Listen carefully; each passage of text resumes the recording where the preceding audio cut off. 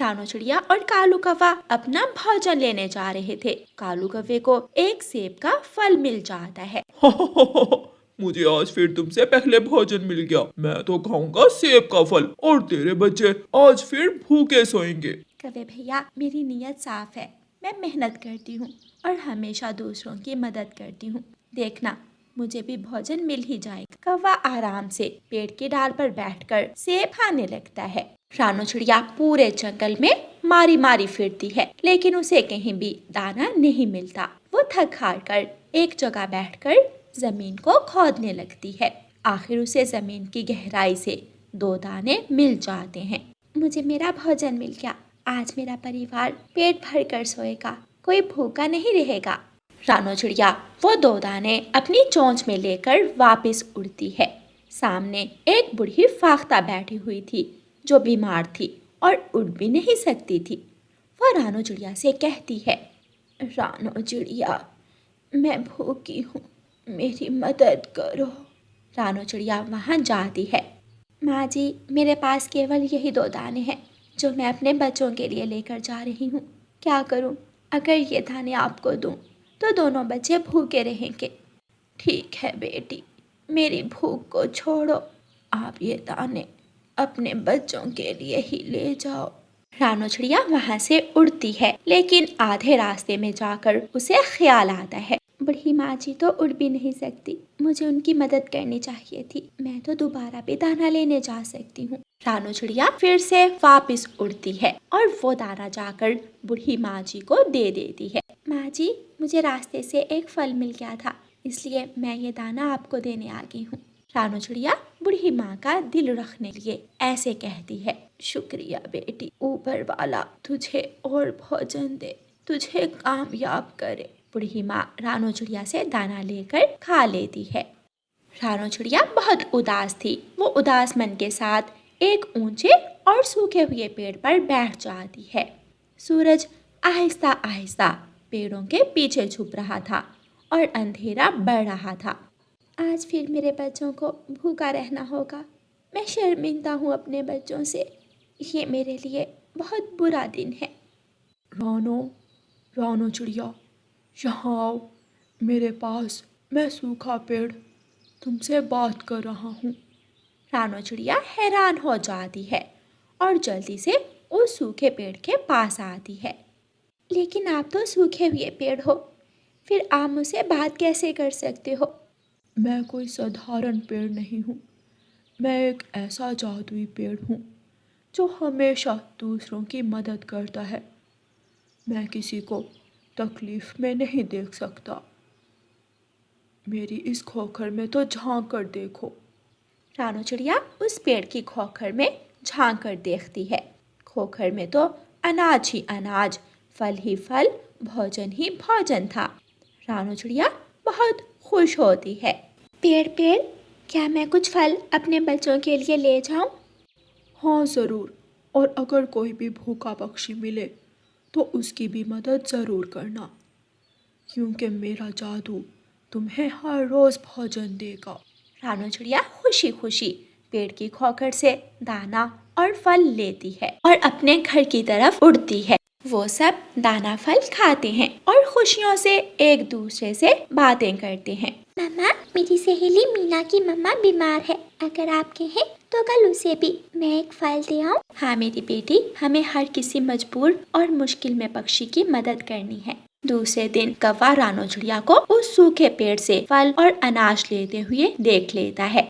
कौवा रास्ते में जाकर रानू चिड़िया से कहता है, रानू चिड़िया, वो सूखा पेड़ क्या मुझे भी दाना देगा? हाँ कौवे भैया, वो सूखा पेड़ सभी पक्षियों की मदद करता है, लेकिन जो अच्छे, सच्चे और मेहनती पक्षी हों, सिर्फ उन्हीं की।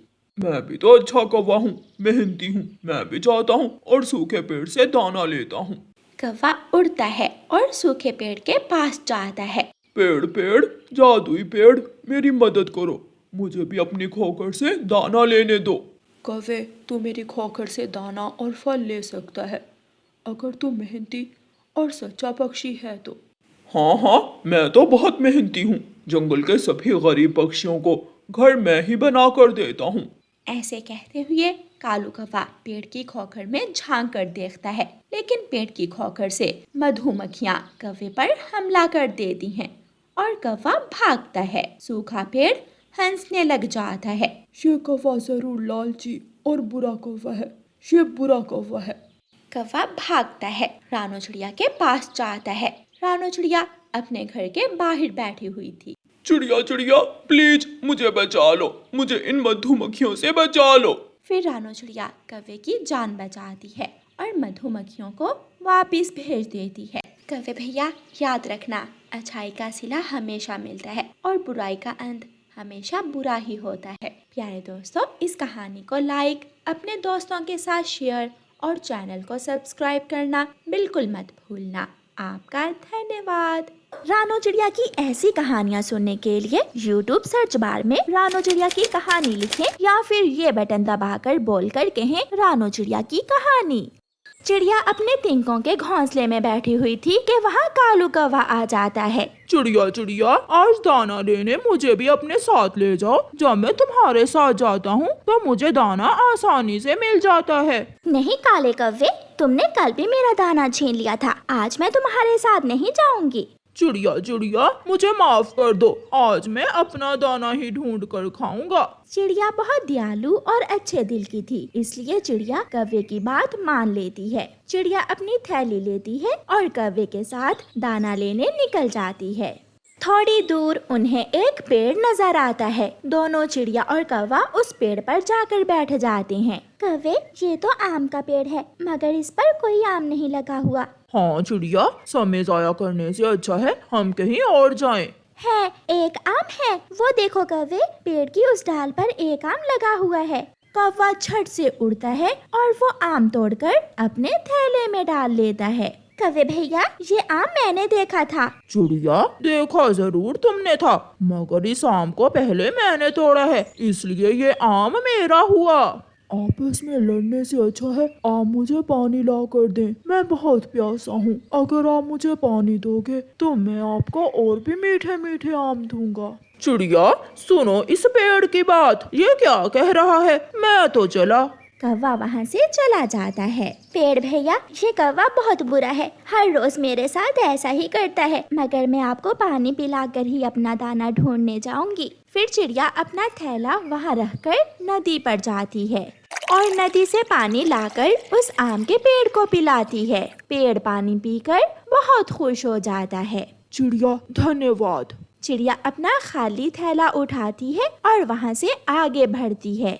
दूर से चिड़िया देख लेती है कौवा एक जामुन के पेड़ से जामुन तोड़ तोड़ कर अपने थैले में भर रहा था। चिड़िया भी वहाँ पहुँच जाती है। कौवे, आप बस भी करो, तुमने तो पूरा थैला जामुन से भर लिया है, मेरे पास आज का भोजन नहीं है, बाकी के 2-4 जामुन मैं तोड़ लेती हूँ। नहीं चिड़िया, ये जामुन पहले मैंने देखी हैं, इसलिए इन जामुन के फल पर मेरा अधिकार है। ऐसे कौवा जामुन के पेड़ से सारे ही जामुन तोड़कर अपने थैले में भर लेता है। जब कौवा वहाँ से जाने लगता है तो वो जामुन का पेड़ कौवे से कहता है, मैंने आपको मीठे मीठे फल दिए, आप मेरी ये 2 सूखी शाखाएं काट दो ताकि मैं फिर से फूट सकूं और दूसरों को भी मीठे मीठे जामुन दे सकूं। चिड़िया चिड़िया सुनो इस पेड़ की बात, मैं तो चला, मुझे जरूरी काम है। कौवा अपना थैला उठाकर वहाँ से भाग जाता है। पेड़ भैया, ये कौवा बहुत दुष्ट है, ये किसी की मदद नहीं करता, हमेशा अपना काम निकालने के बाद रफू चक्कर हो जाता है। ऐसे पक्षी कभी कामयाब नहीं होते और इन्हें हमेशा अपने मुंह की खानी पड़ती है।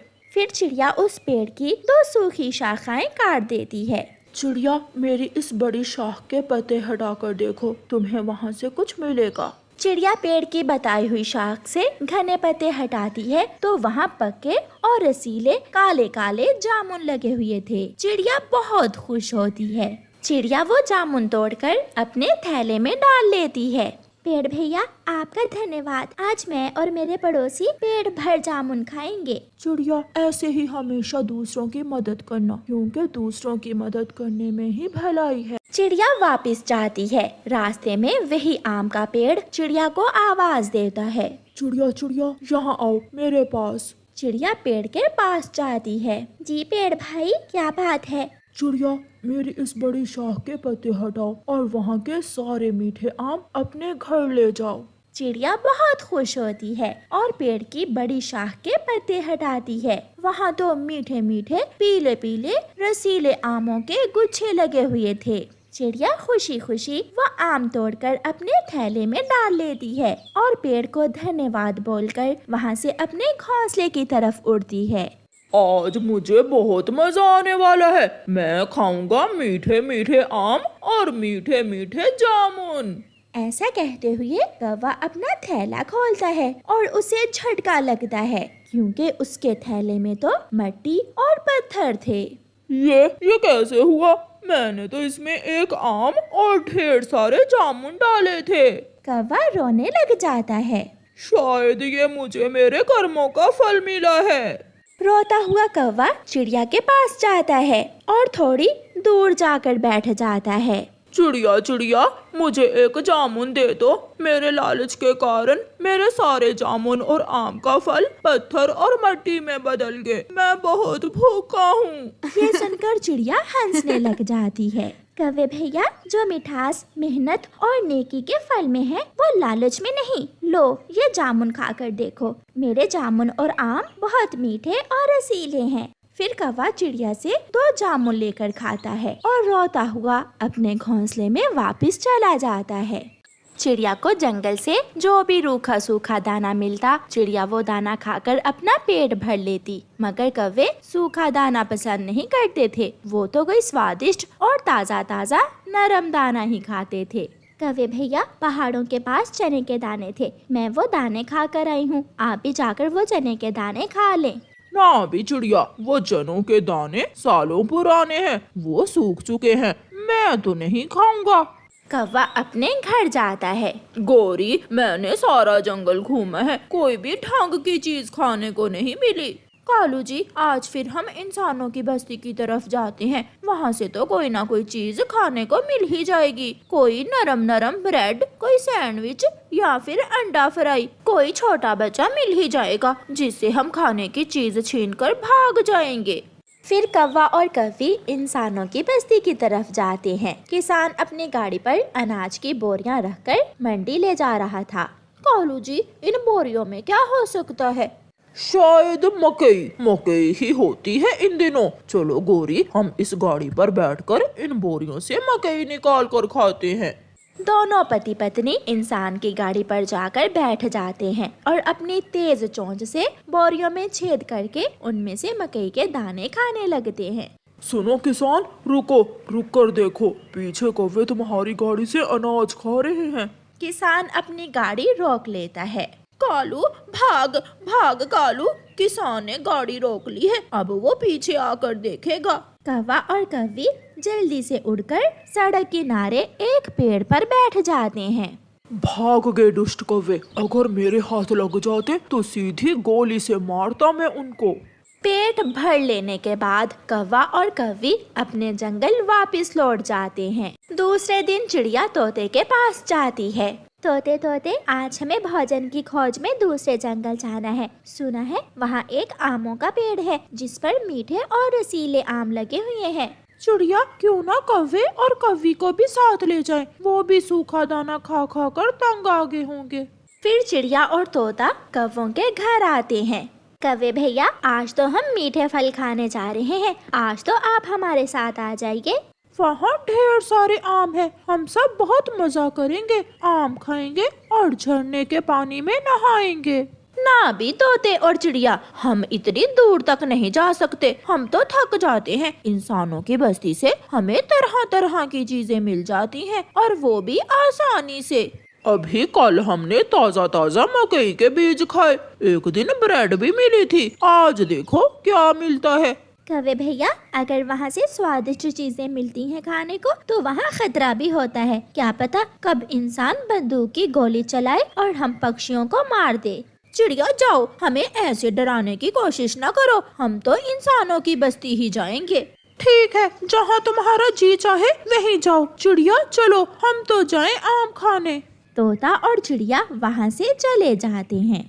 कालू जी, आज मोटे हलवाई इंसान की दुकान से जाकर जलेबी खाते हैं। मुझे जलेबी खाए कई दिन हो गए हैं। तुम खाना जलेबी और मैं तो खाऊंगा समोसा। मुझे समोसा बहुत पसंद है। दोनों पति पत्नी इंसानों की बस्ती की तरफ चले जाती हैं। दोनों कौवे हलवाई इंसान की दुकान के पास एक पेड़ पर जाकर बैठ जाते हैं। तिरछी नजर से वो हलवाई भी कौवों को देख रहा था। इतना आसान नहीं है मेरी मिठाई खाना, दुष्ट कौवो। कालू, पहले तुम समोसा खाओगे या मैं जलेबी? गोरी, पहले मैं समोसा उठाकर भाग जाता हूँ और फिर बाद में तुम जलेबी उठाकर मेरे पीछे पीछे आ जाना। नदी पर मिलेंगे, बाय। कौवा उड़ता है और तेजी से झपटकर एक समोसा अपने पंजों में उठाकर भाग जाता है। हलवाई कौवे के पीछे भागता है, मगर कालू कौवा भाग गया था। छी छी, दुष्ट कौवा, आज फिर मुझे दाव लगा कर चला गया। ऐसा कहते हुए वो इंसान दरवाजे के पीछे छुपकर खड़ा हो जाता है। वो इंसान तो अंदर चला गया है, मौका अच्छा है जलेबी चुराने का। गोरी भी उड़ती है और जैसे ही गोरी जलेबी उठाने के लिए अपने पंजे नीचे करती है, वो इंसान दरवाजे के पीछे से ही डंडा गोरी के पाँव पर दे मारता है। जलेबी तो गोरी के हाथ नहीं लगती, मगर उसका पाँव जरूर टूट जाता है। गोरी किसी न किसी तरह वहाँ से भागती है। अब दोबारा ये कौवे यहाँ नहीं आएंगे। हाँफती हुई गोरी नदी पर जाती है और गिर जाती है। कालू, मेरा पाँव तोड़ दिया है उस हलवाई ने। क्या जलेबी मिली है तुम्हें या नहीं? मेरा समोसा तो बहुत स्वादिष्ट था। ये सब तुम्हारी वजह से हुआ है। मेरा पाँव तुम्हारी वजह से ही टूटा है। मैं छोड़ूंगी नहीं तुम्हें। मगर कालू कौवा वहाँ से भाग जाता है।